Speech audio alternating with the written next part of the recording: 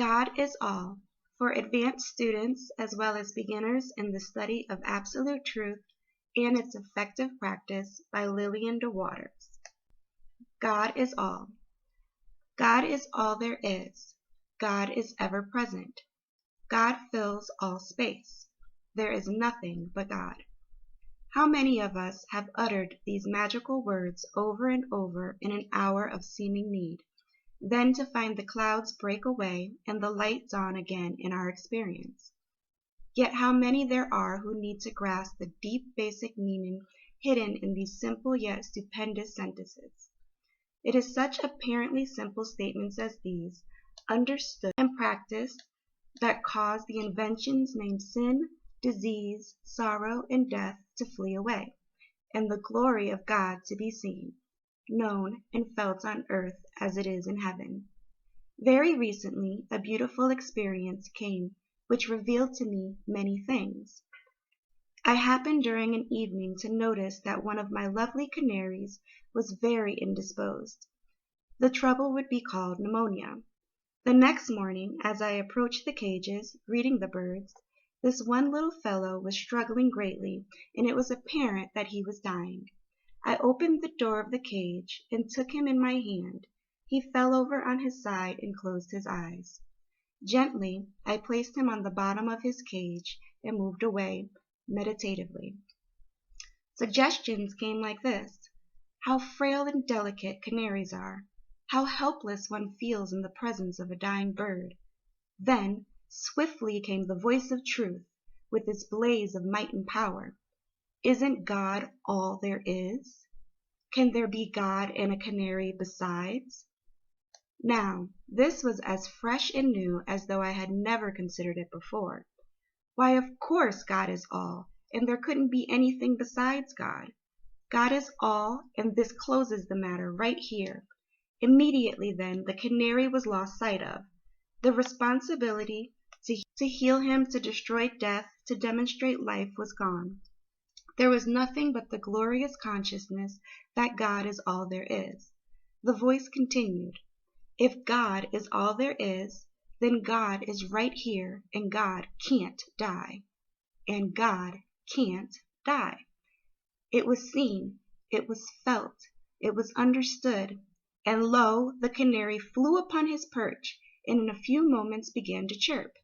A little later he was singing at the top of his voice. As the folded bud of a rose contains the full bloom, so this insight has been a bud of glorious light from which great illumination has come. It has been seen that God was all that could be present, and from out this vision the bird came forth alive and well. Now, why did the taking away of the canary from thought, the utter renunciation of the bird either as sick or as well, as dead or as alive, the utter forgetfulness of the bird, restore it to life, health, and harmony? Just for illustration, imagine at the top of this page that there is a picture. I will tell you what it represents, then you can fancy it for yourself. It is a picture of some sheep grazing on a grassy plain, and nearby is the watchful shepherd and his dog. Now I ask you, what is it that makes the sheep and this dog and the man alike? Why are they all the same? And what is this thing that they all are? If you cannot answer at once, I continue. What is their substance? And the answer is paper. Yes, they are all paper. These sheep that you see, this man and the dog are all alike, are all the same substance. There is nothing here but paper. The dog is not here as though it were something different from the paper, but the paper and the dog are one and the same. But just for the sake of play, the joy of it, the picture or form of one is called a dog, and of another a man, and so on. Yet all the while we have the inner knowledge that only the paper is present. We come now to God and man.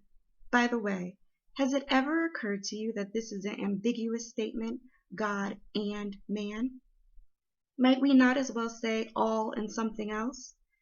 We have read and heard spoken of God and idea, of God and manifestation, of God and man. but we are to see that we cannot accept God as all and still have something besides. If we are to have man, the only way this can be is for God and man to be the same, the very same being. We look around us and we see men, women, children, animals, birds, plants.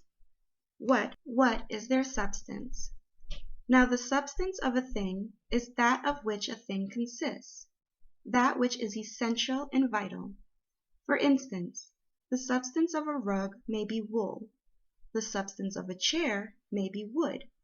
The question is, what is the substance of all living things and beings? Life. Since God is life and God is all, their substance is God, life. The substance of man is his life, is God. All there is to man that is vital, that is real, that is immortal, that is changeless, is his life, his soul, his spirit. And this that is his life, that is his soul, and that is his being, is God. For God is all the life, soul, being, spirit there is, now and eternally. Holding now this insight, we continue to meditate. If the life of man, the spirit of man, the soul of man, the being of man is God, we can for a moment penetrate the form called man, woman, child, and perceive the life, the soul, the being, and say, this is God. This life, this soul, this spirit, this being is God. God is all there is. Now, we can easily look at the picture of the man and the dog and the sheep and say, these forms are not separate or apart from the paper. Here is the paper, and here are the forms, and yet the forms and the paper are one. Is this not so? Then, after seeing that the paper is the substance of the form, and is the form, and the form is nothing separate or apart from the paper, quote unquote, nothing of itself, we can proceed to name this one a dog, another a sheep, and another a man. We call them by different names, yet all the while we understand that they are all nothing of themselves, but they are all whatever the paper is. Does not this explain the experience of the canary? The revelation had been, all there is to a canary is his life. Then the life is not the canary, but the life is God, and God cannot die. To keep the vision on the form called bird would be to lose sight of the allness of God. But to keep the vision on the allness of God would have to include the bird, for the bird did not exist outside of God. Thus, as I spiritually perceive that all life is God, and God is all the life there is, the canary was seen in its rightful state of health and harmony. Here, then, is a marvelous lesson. If we take away the dog and the man and the sheep from the paper to behold the allness of the paper, we can then bring them back again and understand them. So when we take away that which is estimated and called a canary, a man, an animal, and see that the life that is God is all there is to them, then we can have them, understand and enjoy them. And then we can spiritually perceive that God is all there is to any life, to any being. We shall have no dead, and this shall be demonstrated right here in this world. Did not the discerning Jesus prophesy, he that loseth his life shall find it? He that loseth in the sense of his life as man and perceiveth with joy unspeakable that his life is God, has found his true being. The life of you, the soul of you, the spirit of you, the God of you is all there is to you, is it not? Then for a moment forget that you are a man, woman, child, and think of God as being all there is. God is all. This is the mystic meaning of renunciation. You renounce the notion that there is God and something besides. You recognize God as all in all. Look for a moment at that tree standing by your window. Now, take away the form and see the life that is there. Again, look at that plant blossoming before you. Then take away the form and see the beauty, the smile of God. Look at the child, the man, the woman about you, and see the soul of them, the spirit of them. See the substance of them, the God of them. What a marvelous universe of spiritual beings you then have. Now, it is inborn and natural to know that God cannot be sick, that God cannot be diseased, that God cannot be poor, sad, dead. You know this at once, do you not? With all the fire and fervor of your being. When man looks upon man, what is the report that he hears? I am poor, I am sick, I am ignorant. But when God looks upon God, what is the report that is spoken? This is my beloved Son, or self, in which I am pleased. Dear friends, which is the vision you prefer? Which are the words you love most to give and to hear? A woman came reporting that she had been studying truth for 20 years, but had never overcome sick health. No matter what instruction was presented to her, or what help extended, it seemed all alike to her, she said, for nothing ever healed her. She was then told about the allness of God, and was compelled to admit and confess that God could not have headache, and that there is nothing but God. She was counseled not to think of anything regarding the matter but this, that God could not have headache, and that God is all there is. When I saw her again, she had the glad report that comes from God. A woman wrote that her home and her husband were great failures. He drank, he was a cruel father and husband. An answer was sent to her to stop looking upon this man as her husband, for God is your husband. I told her about the quote-unquote picture and said, let the form called man be lifted from your vision and see instead that which is actually before you. The soul, the being of this one is God, who cannot sin, who is unutterably kind, tender, loving, and compassionate. Know that God can only express that which God is. Her answer came in due time. Our home is wonderful. My husband is a new man. He is so kind and thoughtful of me and the children, and we know not how to express our joy and happiness. One day, a call came from help from the principal of a girls' seminary. He explained that he was unable to get in immediate touch with a medical physician, and one of the girls, who had been confined in the dormitory ill for several weeks, was in such a state of fever and delirium that the nurses could not manage her or keep her in bed. Immediately, I left the phone, and the vision came that life is changeless. God cannot have fever. God cannot lose intelligence. Life and consciousness are always the same, yesterday, today, and forever. Within an hour, a message was received that the girl was quietly sleeping. The following morning, the physician in charge found her temperature normal and her health in perfect condition. This case made such an impression at the school that during the following days, help was requested for several other girls who had been confined in the ward for various ailments. Each time the call came, the vision was held gloriously to God as all there is, incapable of change or variableness, and each time the healing was quick and certain. Now, the teacher of truth does not speak from the hilltops. Jesus reserved his inner teachings for his disciples, as only they who have the love of God in their hearts are willing to be quote-unquote born again, are willing to lay aside the personal sense of self. To say that God is all, without this inner light and illumination, is to exalt the self, and is to place glory and power where it belongeth not. It was whispered to the discerning Jesus that if he would only claim this power of himself, that he could be king of all the earth, that he could march down the streets, and soldiers and slaves would fight for him and worship him. But, ah no, he thrust away this foolish notion, about self, and he exalted that self which is God.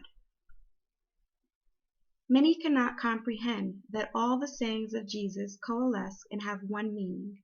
For instance, he said, quote, "All power is given unto me. Then I of mine own self can do nothing." Again, "He that seeth me seeth the Father." And then, "I said, I am the Son of God."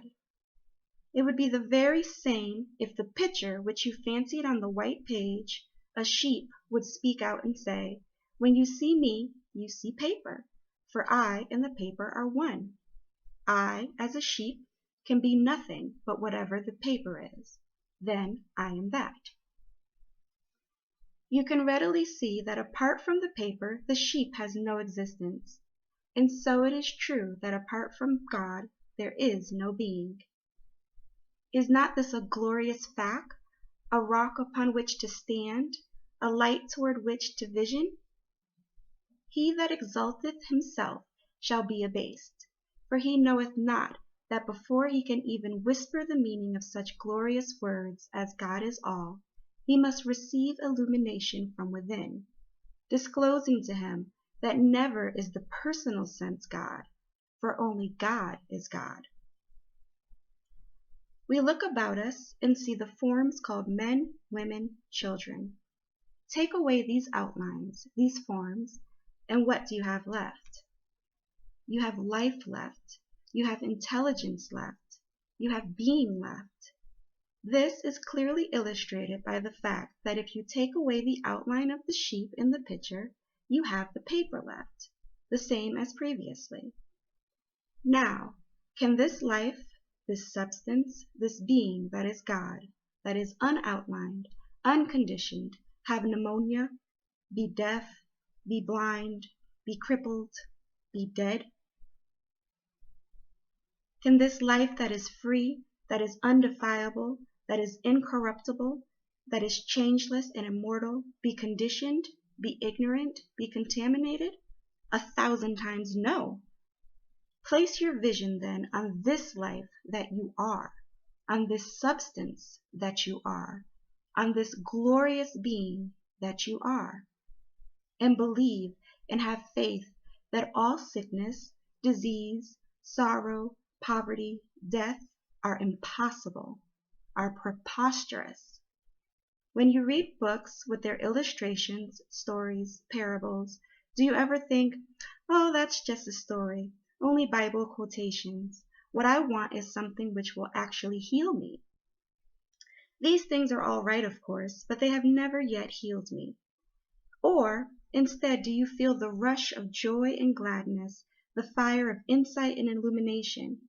Why not begin now, today, and apply this understanding of God is all to what seems your trouble, your care or worry?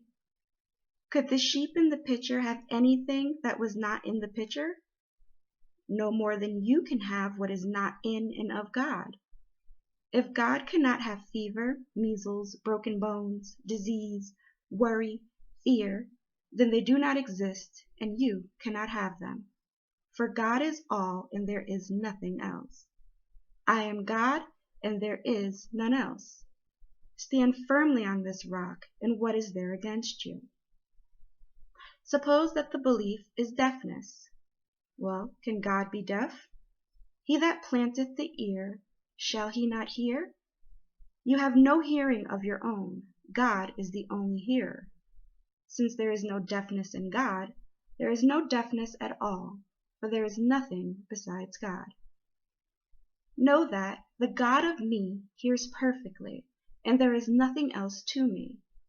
God being all, there is nothing to interfere with God's perfection. God is the here and the now, the changeless and perfect, the absolute and the unconditioned, the all in all. Suppose that the belief is sickness, pain, disease. Know with all your strength, heart, and being that God cannot be sick or diseased or in pain, and that there is nothing else but God. God is perfection. God is joy. God is harmony. God is glory. God is love. God is irresistible, inevitable, irrevocable health and wholeness, now, here, always and forever, and there is nothing but God. Nothing but God. The life of your body is God. The action of your body is God. The health of your body is God. Doesn't this bring God very close to you? It is impossible for life to be diseased, to be blind, to be deaf, and to be crippled. Impossible. And your substance is the very life and being, this very health and strength, is it not?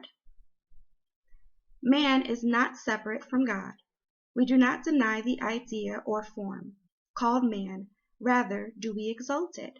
We see that the form or individualization is nothing of itself, but its reality is spirit, God, the only substance there is.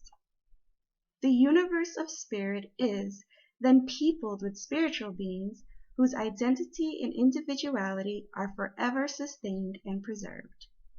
God and man are one, but this one is God. As we might say about the picture you imagined, that the sheep and the paper are one, but this one is paper. Life in its formations are one, but this one is life. Yet this one is threefold, or a trinity. The understanding of the Trinity of God constitutes an explanation of the Father, Son, and Holy Ghost, which is given clearly and at length in my recent publication, The Great Answer. Every form represents spirit, God, and as our sense of God as all becomes more and more illumined, more and more transparent, we will see in the here and now such glorified, perfect, immortal beings, without birth and without death, as are forever known and held in the all-presence, the God who is all. The end.